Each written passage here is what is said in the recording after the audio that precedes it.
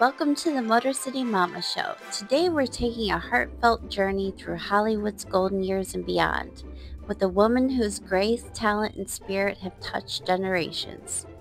She first captured our hearts as Cissy on the beloved television series Family Affair, a show that reminded us all that family isn't just about blood, it's about love, compassion, and connection.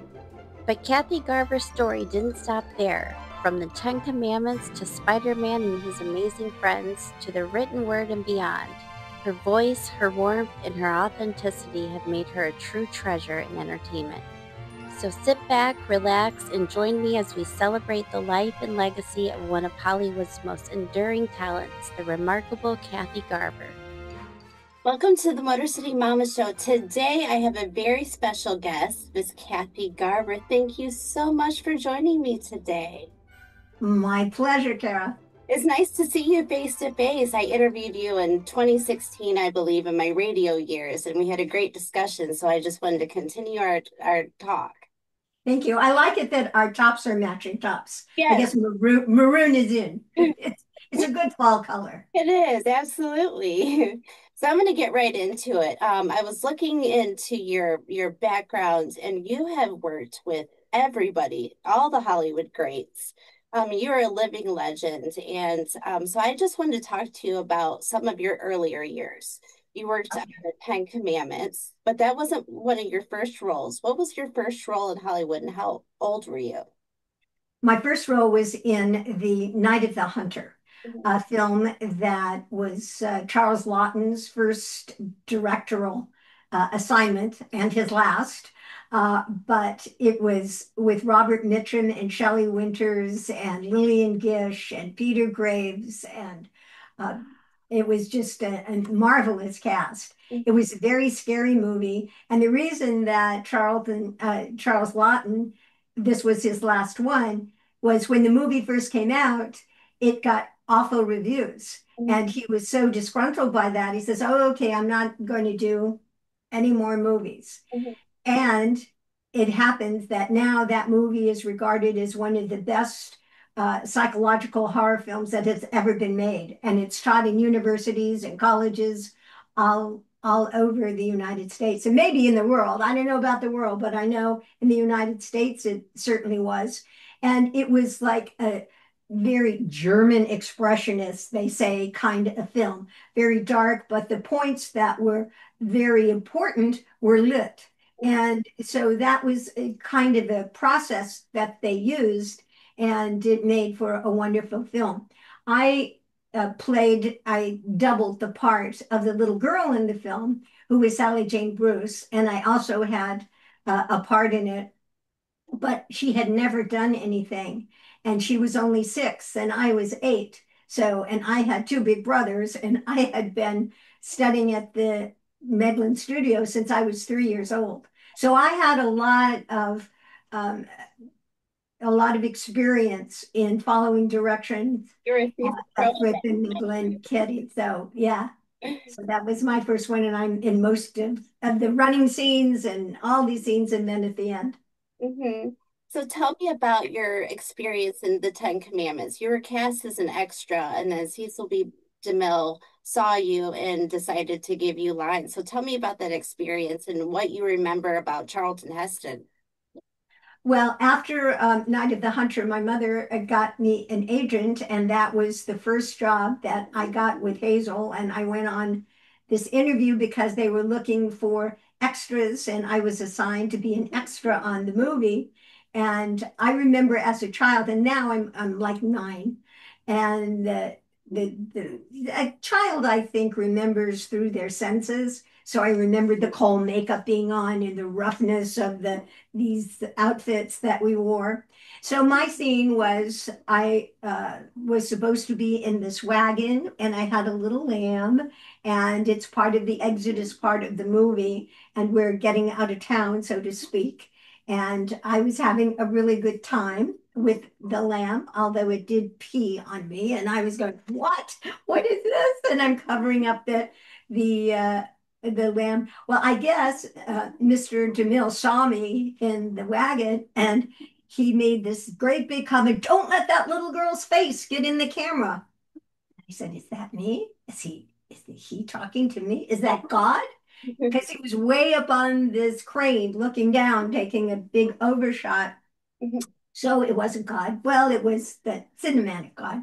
And so I did the scene, and then the associate producer came up afterwards and helped me off and talked to my mom and said, "Well, I think that your little girl's going to be working on this movie a lot longer." And then I met Mr. DeMille, and he wrote scenes for me into the movie with Charlton Heston. And so that was great. It was preceded by me coming down a stone steps, and I had this doll, Rebecca. And I'm asking my grandfather, "Where's Rebecca?" And this disembodied hands comes out and he says, "Here's Rebecca." I said, "Thank you." And then I go and I get some water. And then the next part that I'm in is when the Red Sea is closing. And I'm on this paper mache mountain at Paramount. And then here comes Charlton Heston, and he says, "Are you afraid?" And I pull out my doll to him, and I said, "No, but Rebecca is." So that, and he was wonderful. Charlton Heston, I stayed friends with him throughout his life up until he unfortunately had dementia. And I had even written, because I have this great picture of he and I on this mountain. And I said, "Would you mind signing some of these pictures?" And he sent me back 10 pictures all signed with a nice letter. So, yeah, that was a wonderful experience. And they show that movie every Easter and Oh, in between. that was a tradition in my family. Every Easter we watch the Ten Commandments. Right. Yeah, Yeah. absolutely. So you also worked on the Patty Duke show. Tell me a little bit about that. Well, I was going to college at the time. I was at UCLA, and I had the same agent, and I went out on the interview, and I met Patty, and I did one episode, and we got along just great. We were the same size.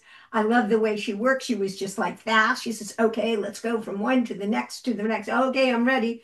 She was great. And so then I did two more episodes with as her friend Monica, and then they canceled the show. But again, we remained friends for a long time. And she wrote the foreword to my book, Surviving Cissy.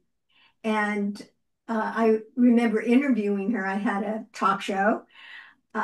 And so I said, at the time, she was in San Francisco doing the musical Wicked, and she was wearing this great big hat, and it was very heavy, I thought. And I says, "Pat," and this was when she was like in her 60s. And I said, "Patty, how do you do this musical every night and wearing all these heavy costumes?" She said, "Perseverance."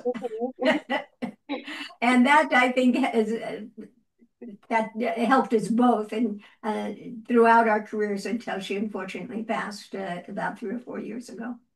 She had such. And actually, I did the audiobook. She was in the midst of doing a book, an interview book in the presence of greatness. And just towards the end of it, she passed away in Idaho. And the author of the book, and he had done all these interviews with Patty, and he said, "Would you please do the audiobook version of it?" And I said, "Well, yes, I would be honored to do that." And I've done about like 60 audiobooks. And so it was a really interesting experience because saying her words, it was like I was like getting into it, and so in channeling her.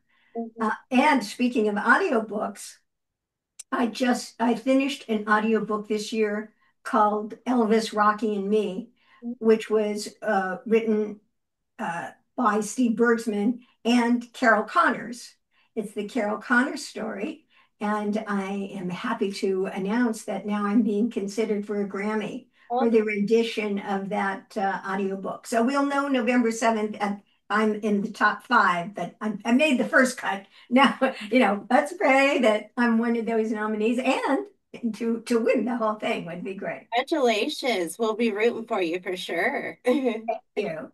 So tell me about your early years working on Family Affair. Now, I watched the show with my grandparents. I absolutely loved the show. I loved Mr. French. And of course, the dad in the show. I absolutely loved him. But Family Affair was actually the first show in the US that was taped in color.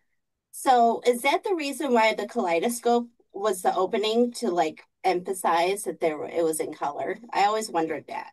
Absolutely. You're absolutely right. They said, "Oh, and by the way, this show is in color if you haven't noticed." So yeah, with a great kaleidoscope and they had all the I it's thought, doing, yeah. yeah. So tell me about working on that show. What was it like working as Cissy on that show? Well, I really enjoyed it. I was had started college at UCLA, and so I was a little older than my parts. I usually played younger because I'm only like 5'1" and I have still a baby face, and so I can play younger than I really am. Mhm. But I was older coming into the series, which was fine, and the kids were great. Buffy and Jody, Uncle Bill, played by Brian Keith, was an experienced, award-winning, fabulous actor, and of course, who could from Mr. French, our Manny, a gentleman's gentleman, and he was quite a character. Mhm. And it was interesting in the fact that Don Feddersen, who was the producer, and again, this was a time when television was changing and trying to find its feet, etc. And so that, as you say, it was A, transitioning from black and white into color, and B, there were movies that were still going on. But Don Feddersen wanted to take a movie star and put him into television. Well, that was just horrible for movie stars. They said, "Well, I'm not going to be on that little box, no way." But Fred McMurray was his first one in My Three Sons. So he offered Fred, he says, "Look, Fred, you just have to uh, do the show for like 3 months. We'll do all the scenes that you were in because they had at that time 39 episodes. I have something to say about that a little later. That's a lot of episodes. Hard Yes, as a work. divergence from what I'm saying, it amuses me when these people say, "Oh, and we got picked up for our second episode," and their first season, they got picked up for their season, and they only had 8 episodes. That's Well, not really working. big deal. Oh, and now your second season, oh, we have another 8 episodes. We had 39 episodes in our season. So Don Feddersen is telling Fred McMurray, you only have to work like 2 months. We shoot all your scenes. And all of our 39 episodes then had to be finished. All of the scripts had to be done at the beginning. So when it came to doing another show, and that show was so successful, we shot right next door to them. And they offered the same thing to Brian Keith because he was a big star. Yeah, and he had just done the movie with Haley Mills, Parent Trap. Parent Trap. That was Yeah, one of my favorites. yeah, wasn't that a great movie? But was he Yeah, great working with kids? Because on screen it seemed like he was great working with kids. he loved kids. Yeah. He really did. He had a very special place in his heart. It was so funny because he's such a macho man and was a Marine and all this, but he loved kids and he had the sensitivity towards them, and so that proved to be very good. There were some regular people, actors that came on saying he wasn't crazy about. He didn't like grown-ups sometimes, but he always loved the kids. Yeah. So tell me a little bit about your voiceover work that you've done. You've done so much acting. Is it a strange transition to go from acting on stage or on screen to doing voiceover work, or is it easier? It, it's really a different skill, Mhm. and you have to train for that skill. As I said, I've done like 60, 70 audiobooks, and I taught how to do I for I taught it for, I don't know, about 20 years, how to do audiobooks. And when I first went in to doing a voiceover, I remember I was at my commercial agent. They says, "Oh, we have this voiceover audition for you." I said, "What's that? What's a voiceover?" And they said, "Oh, well, you just say your voice and they are not seeing your picture. They're not seeing me. No, it's just your voice." Oh, okay. So I remember this so well. I went on this interview and in Century City, and it was for tuna. And they said, "Okay, here's the script. Now say this. Say, I like star-kissed tuna." I said, "I like star-kissed tuna." And I said, "Now say it a different way." "Oh, what do you mean a different way?" "I like starfish tuna." "Well, say it a different way." I said, "I like starfish tuna." "Yeah, okay, now do it a different way. Do it in a different voice." "What do you mean a different voice? This is my voice. Do it in a different, like starfish tuna." I said, "Well, I didn't get that part." But lessons, we are always learning lessons, right, in life. And all of these lessons really help. You never know when those lessons are say, "Oh, I remember doing that. I remember having that experience. That was awful, but it taught me something."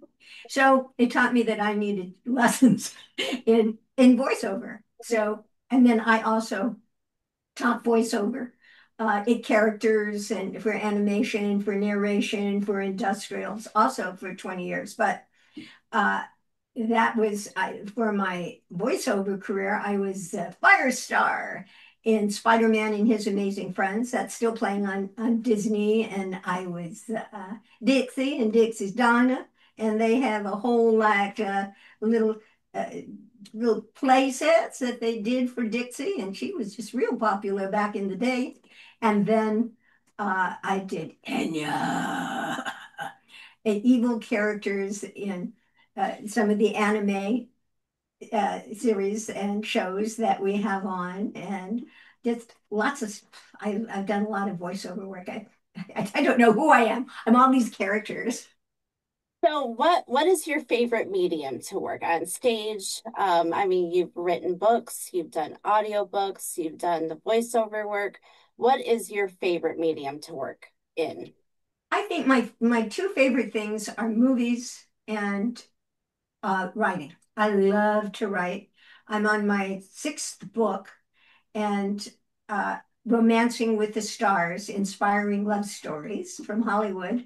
And I like to be by myself and write. I like it quiet, and I really enjoy writing. This book, Romancing with the Stars, is about long-term relationships in Hollywood. And I thought, and I have a co-writer, we thought this was going to be a short book because how many long-term married relationships are there? Well, it turns out there's some really nice ones, and the book is now like about 400 pages. Yeah. And we interviewed the celebrities like Pat Boone and Frankie Avalon, and who have been married like 60 years and 58 years and still going strong. And what were their most romantic moments, their romantic places that they went. And after that, then there's a whole travel guide as to how the reader can recreate their romantic moments and maybe be inspired to add more romanticism into their lives. Like Morgan Brittany and Jack Gill, her husband, who is a stunt guide, their most romantic place was on safari in Africa. And then Morgan says, in a tent, looking at the beautiful sky. And that was just so romantic. And then we uh, follow that with the travel guide of all of the kinds of different safaris in Kenya and how you can take them and what they have to offer. And then if you're not can't afford a safari, then he says, "Oh, and here's all the beautiful zoos." And then we list some zoos that you can go see animals and have a lovely romantic picnic. And if that is still, not what you want to do, you can always like movies at your house and cuddle up and watch like The African Queen with Humphrey Bogart and Katharine Hepburn or whatever. Like So a guide. to have a marriage last, pretty much. Yes, really. And to have the, romanticism. And I was just listening on radio the other day, and they had this survey, and it was like 85% of people wanted to uh, do what the celebrities do and duplicate their experiences. And that's really what this was here. You can duplicate what a celebrity did and why did they find it so fascinating. And then you can pretend you're Morgan Brittany or whatever. I don't know. If it Use imagination. if it works for them, take some pointers. Yeah, right. Exactly. So, tell me about the books that you've written. You wrote Surviving Cissy about your years working on family affairs. Tell me a little bit about that book. That was my second book. My first one was the Family Affair Cookbook, and Surviving Cissy just went over uh, my life, and it was my memoir basically, and how I got to be where I am, and it's based like the format on weaving a quilt together, or there was, the lacy parts and the rough parts and, the fabric of my life, goes all together in one kind of quilt. And so that's the way it kind of flows together. So, I forgot to ask you this earlier. What were some of your favorite co-stars working on Family Affair? Um, we had some nice co-stars. I don't know who was my favorite. There were a lot. I can't think of who was my favorite. We didn't have a whole bunch because it was based primarily on the family and each of their episodes. But so we didn't have a lot of them. Okay. So you've worked in Hollywood across so many decades. How have you seen the industry evolve, especially for women? Well, it has changed a lot. As I said, it's from black and white and then color, and now from broadcast and network television to streaming to all these platforms to TikTok, and anybody can make a movie, quote unquote. And so that has changed a lot. I think it reflective of our society and reflective of people's imagination, reflection of people's need to be in touch with each other and to share their feelings with each other, because the more technology we get into, and AI and Snapchat and Chat GTP and all these different things that give us information, and we have to have a way to express that information. So it's changed a lot. Women certainly have their role has changed very much. I think they're a little bit more honored. There's been organizations that have sprung up, women in media, etc. And more women are producers and directors. A lot more women are producing. I'm producing a new movie in Australia in March and April of 2026, based on the Pollyanna stories, the original book. And so we have a great little girl to play Pollyanna. Now, see, she has 25 million followers on, on her social media, and she's Australian, and it's just perfect. She's going to play Pollyanna. We're crossing our fingers for Rose Byrne to play Aunt Polly, and hopefully, and I am playing Mrs. Snow, which is a character, but I'm also producing it and putting it together. So I think there have become more executive positions open to women, and they have a certain in different kinds of movies that they want, I think, to see produced. A lot of them.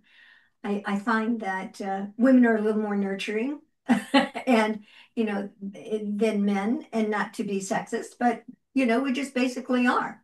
And they're stronger, and that's I mean I believe that they're the ones that go out and and kill the bison and come in and after the woman is keeping the fire going, at their encampment and taking care of the kids and cooking. So, what advice would you give someone that wants to get into the entertainment field, especially a young woman? The basic thing is to learn your skills. Mhm. You have to know what you're doing. And fortunately, no matter like even for voiceover, no matter where you are in the United States or the world, you can take courses online. You can get like a little mic. I have my setup over here for my voiceover, and you can get a snowball mic. You can get Audacity, which is a great software program. But the basic thing is to take classes and to learn how to do things. So that's true of the voiceovers. That's true of um, going onto the stage. Which once you know how to act on the stage, that can be honed to working in film or tape. There's a different skill set that you need for stage. You can be very wide and very big on stage, but that's not going to work, on your microphone or talking, to another. But the basic thing of making a point and having oh, the dog like that next door. You like me being on the stage next door, dog? No? Okay. Um, and so they have different needs and skills that you have to develop. So that's what I advise. Do that first before you even uh, start to go professionally, and then you can get an agent. But you need to do community theater or at your schools or get those basic things to know how to do. And that's the advice I've always given. People have asked me advice of doing a podcast or being in radio, and I always say be prepared. I have a book. I have tons of information here. Always be prepared, and then it just runs smoothly. You know your life, Yes. you can just have fun with it, and you're prepared. So that's the number one recommendation I always give people.